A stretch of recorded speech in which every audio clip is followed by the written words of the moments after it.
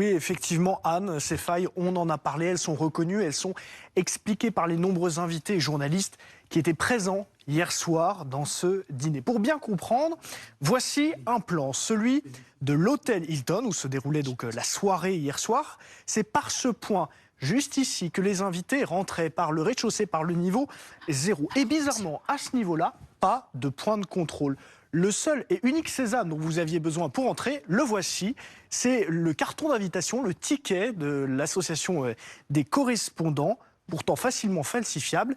Il ne suffisait que de ce petit carton pour pouvoir rentrer. C'est ce que raconte une journaliste, notamment plusieurs journalistes, mais dont Alison Kruger, qui est journaliste au New York Times. Regardez, il suffisait de montrer sur son téléphone une invitation. Il n'était pas nécessaire de présenter une pièce d'identité ni de passer sous un détecteur de métaux. Et plus inquiétant, elle ajoute: il n'était même pas nécessaire d'avoir une vraie invitation. Je connais quelqu'un qui est entré avec une simple capture d'écran. La correspondante de l'AFP à la Maison-Blanche, présente également au dîner hier soir, résume en fait assez bien la situation. En clair, si vous étiez en robe longue ou en smoking, conformément au dress code, il était tout à fait possible d'entrer au rez-de-chaussée du Hilton très facilement. C'est important, les mots ici, rez-de-chaussée, nous parlons bien du rez-de-chaussée, parce que la soirée, le bal avec Donald Trump, eh bien, il se déroulait au sous-sol. On reprend notre plan pour bien comprendre. Les entrées donc se passaient au niveau 0 et puis ensuite il fallait se diriger vers la salle qui est au rez-de-chaussée, au sous-sol, pardon, et c'est ici que le Secret Service avait installé un point de contrôle avec une palpation, des fouilles, des portiques.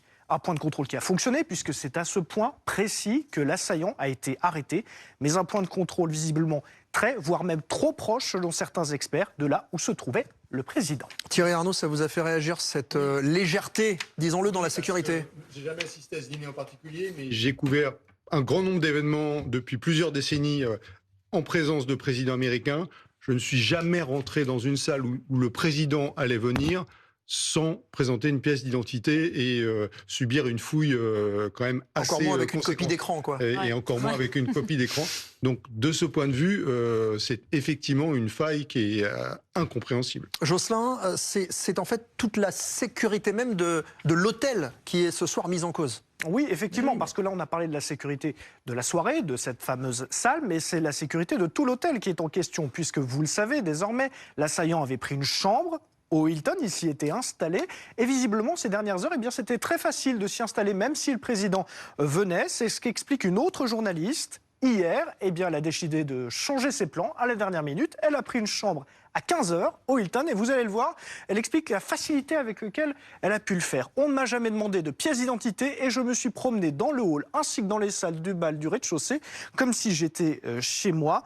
Cette journaliste qui explique qu'elle, depuis 1995, elle assiste à de nombreux dîners, de correspondants, et elle ajoute que hier soir, elle a vu un très faible niveau de sécurité, particulièrement inquiétant. Merci Jocelyn. Jean-Claude Beaujour, vous voulez réagir sur